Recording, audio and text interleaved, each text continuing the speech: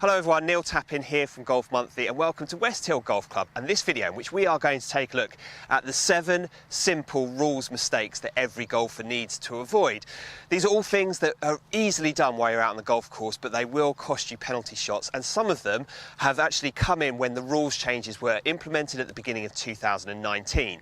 Now the advice in this video comes from Golf Monthly's rules guru, that's Jeremy Ellwood. He'll talk you through the scenarios and he'll explain exactly what it is that you need to avoid. Guys, if you're new to the Golf Monthly channel, please do hit the subscribe button to make sure that you don't miss any of our videos. Hit the like button if you like the video, and also ask any questions that you have. We'll try and get back to as many of you as we can. But let's head out now onto the golf course here at West Hill and look at the 7 simple rules mistakes that every golfer needs to avoid. This one is on the list because many of you will know what to do if you hit your ball into a red penalty area, but there is a simple mistake that I think, Jez, golfers make, and it's not necessarily they're trying to gain an advantage, but it's just about knowing the rules in a little bit more detail, isn't it? What is it? So when your ball is in a red penalty area, this whole area around where I am is designated the red penalty area. Your ball has crossed into it from the tee, which is back there, and has ended up here. A lot of people, I think, would be tempted, if they were going to take lateral relief, to drop back in at the point where the ball is lying.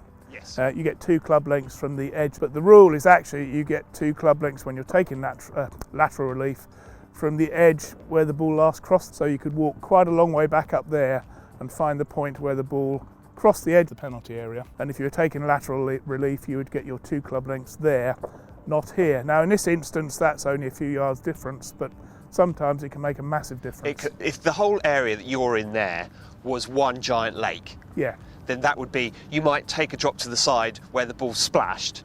That's not where you should be taking your drop. It's going to be a matter of judgment, isn't it? You and your playing partners are going to have to decide amongst you what you think was a fair reflection of where the ball crossed. You're never going to be 100% accurate, but what you can't do is drop this ball back in over there. It would be back up there to a point at which you both agree it was most likely to have last crossed the edge of the penalty area.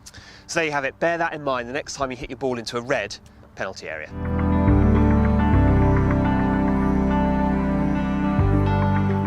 So this one, like I guess most of the ones we're talking about here, is very frustrating, Jez, and I think I've done this once in my life. I did it as a junior and I'll never forget it. And what we're talking about here is hitting the ball with a practice swing. Yeah, we're talking specifically about that, although also moving your ball at rest in general on the golf course. But let's focus in on practice swings, and there are times when you can do it and times when you can't, basically. And I think a lot of people have seen that you don't get penalised on the tee when the ball is not in play. Zach Johnson did that in the Masters last year. And you no longer get penalised for an accidental movement on the putting green. And I think a lot of people have taken that to mean, oh, if I move the ball on a practice swing or knock it with the club, no problem. But there is still a problem in the general area, in bunkers and in penalty areas. Yeah, we've all accidentally knocked the ball off the tee. You know, putting the club behind the ball, popped it off the tee, someone in the group says, oh, that's one. Everyone has a good laugh, you put it back on tee, you carry on. Not a problem. It's in this sort of scenario where there is a problem. What's the process once you've done it? Well, the process is you've just got to take it on the chin, accept that you have moved your ball accidentally, but critically you must then replace the ball in the spot where it was. You then incur a 1-stroke penalty and carry on, hopefully mentally as if nothing had happened. But it's a frustrating one, but I guess don't take your practice swings too close to the ball would be the... That's the number one lesson from this part of this video. Be very careful about where you take your practice swings. As Jez said, do it a little bit further away from the ball. You really don't want to accidentally make contact with it, because if you do, replace it, add a penalty shot, and then you carry on from there.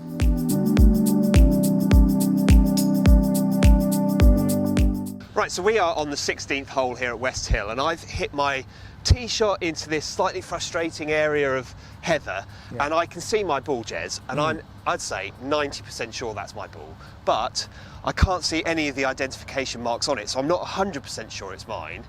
This is an area where some players can end up making mistakes that can really cost them.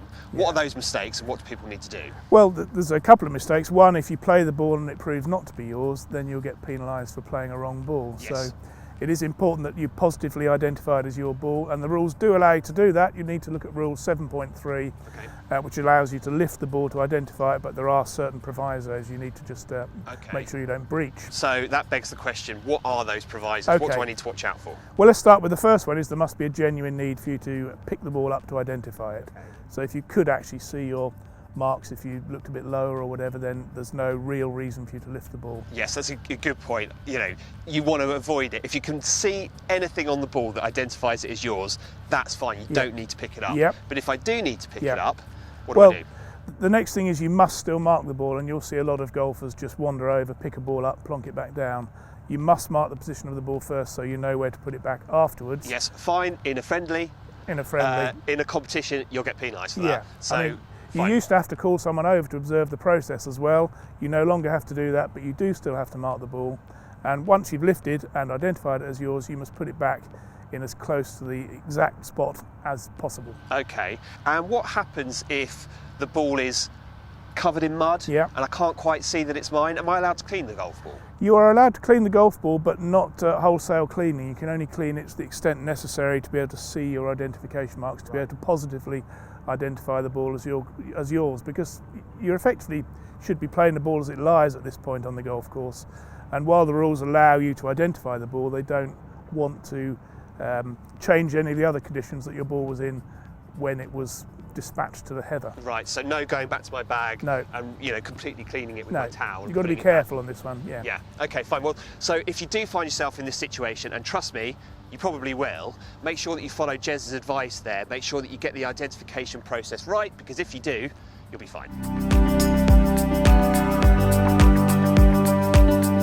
Right, so out of bounds. Now, unfortunately, Jezz, whenever we play golf, there's a good chance you're going to come into contact with out of bounds. But in this scenario, you've actually literally come into contact with the out of bounds, but your ball is in bounds. You're allowed to play it, but that stake's in the way. It is. What are you allowed to do? What are you not allowed to do? Well, you'd think, wouldn't you, easily movable, just like a yellow or red stake around a penalty area where most of the time you can move those. You'd think you'd just be able to lift that out, play a shot and carry on your merry little way. But unfortunately, this is classified as a boundary object, just as a fence, wall or railings would be. So even though it is just a small stake and it's right where your ball is, you can't move it. So you will have to. Particularly annoying in this scenario because the green is just the other side of the camera. And if you could take that away, you'd be able to hit your ball up towards the green. I could get just enough backswing there to generate enough momentum to get it to the green. Towards the green. So all I can really do is alter my angle, play it a slightly different way, or take a penalty drop, but I can't move that. The only good news is if I get here and I move that, and someone comes across and says, oh, by the way, you can't move out of bounds stakes, as long as I've replaced it in its exact position before I attempt my shot, I wouldn't be penalised. Which you wouldn't do if you've seen this video, so you should be fine. So make sure that if you do hit your ball anywhere near a boundary stake, as Jezz said, don't avoid the temptation to move it, because if you do, you'll incur penalty shots.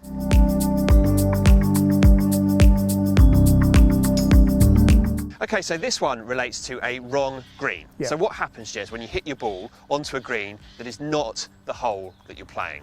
Okay, well, you'd like to think that most people would automatically think, I shouldn't really be taking a wedge or some other club to this and taking a massive chunk out of the green. Because you can't do that, and you would like to think most people would automatically assume you couldn't, but the rules do make it very clear that you must take relief from a wrong green, and that's whether your ball is lying on it or whether you would be standing on it, or whether it interferes with your stroke. I'm not quite sure how it would interfere with your stroke. Maybe you get very steep on it and take a big divot after the ball, which would churn up a bit of the green. So you must take relief whether the ball is on it or whether you're standing on it. Yes, and when you take relief, remember, it has to be complete relief from the green, so you can't be, as Jezz said, still standing on the green once you've taken the ball off it. But there's also another scenario that's worth pointing out here, and that's when you play maybe links courses where greens can sometimes be quite close together, or sort of old-fashioned inland courses I'm thinking of over here in the UK, where you can get two greens quite close together. Let's say the green that we were playing was just next to it. I'd be tempted to putt that because I'm going from one green to the next. There's only a small slither of fringe between the two. Be very, very careful because you're not allowed to do that, right? You are not, however logical, and you're not going to damage the green clearly with a putter. That on a links course, the fringe might be almost at putting height anyway. you might think, well, just knock it from one to the other, but you can't, because the rules don't say other than when two greens lying close together and there's a fringe between them that is eminently puttable. Yes. The rules just say you must take relief from a wrong green, and that could be a green that is only 2 yards away but is not the green of the hole you're playing. Obviously it's probably going to be a little bit more than 2 yards, but on old links courses, as you say, greens can be very close together, and then you've really got to know this rule, because you cannot putt from one to the other. Yeah, it might seem unlikely, but it can happen, and if it does, you need to know what Jezz has just told you to avoid any unwelcome penalty shots. Okay, so this is a very common rules-related scenario that, if you're not careful, can catch you out. Jezz, what's happened here? Well, it's an unplayable ball scenario. My ball is right, where am I, around here? The ball is right at the foot of this tree, which is directly on line to the green. I've got no real option to play that, so I've got to implement one of the unplayable ball options.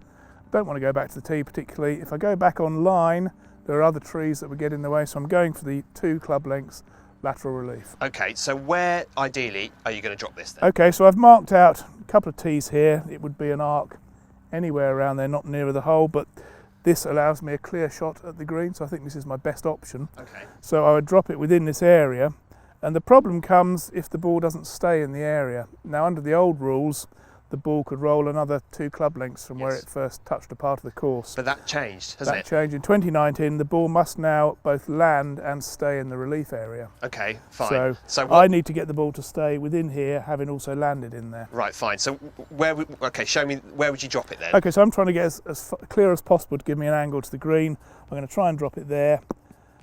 And unfortunately, that has now just rolled a fraction outside. Out by about 3 or 4 centimetres, but it doesn't matter how much it's out by, it's out. And that's actually, Jezz, also a good reason why it's worth marking out your penalty area, just to be sure, so that you know 100% when you've had a drop that actually is not legal. Indeed. So the situation here is, under the old rules, that would be fine. Yes. So it hasn't rolled more than 2 club lengths. Under the new rules, I have to re-drop. In this scenario here, it could easily have bounced the other way and been okay, but in the drop I took there, it has rolled outside. I would have to re-drop. There you have it. Hopefully that offers you a little bit of clarification.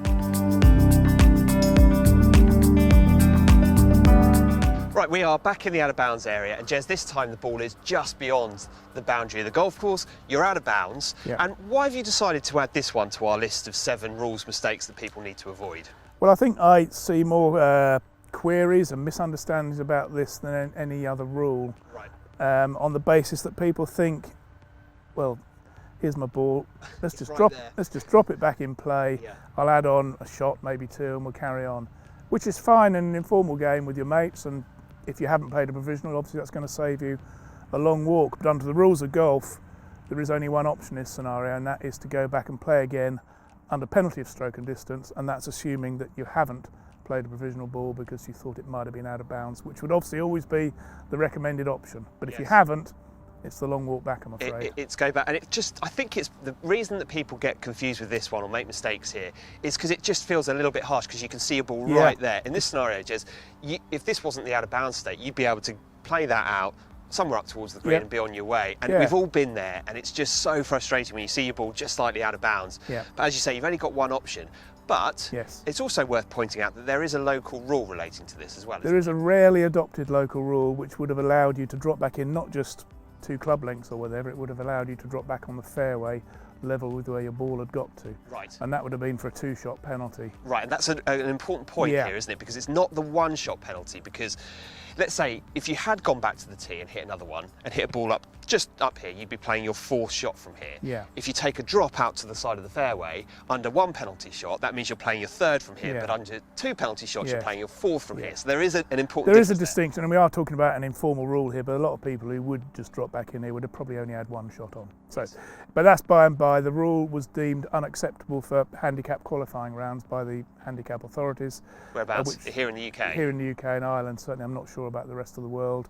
But that did mean that very few clubs chose to adopt it, because that would have meant kind of having different rules for friendly play and competition play. Although I guess friendly play, you can sort of play whatever rules you agree among the 3 or 4 of you, can't you? So there you have it. Next time you find yourself in this scenario, yes, it's frustrating, but unfortunately, you've only got one option under the rules of golf. You'll have to go back and play it again.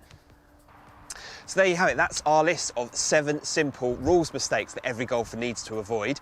Before you go, please do hit the pause button and let us know if you think we've missed anything. Any really simple rules that you've seen broken out on the golf course that would be worth sharing amongst the people who watch this video. I think it's all useful information for people to have, and any questions you have as well. Please do leave comments below. We'll get back to as many of you as we can. But thanks for watching. For now, from West Hill, it's goodbye.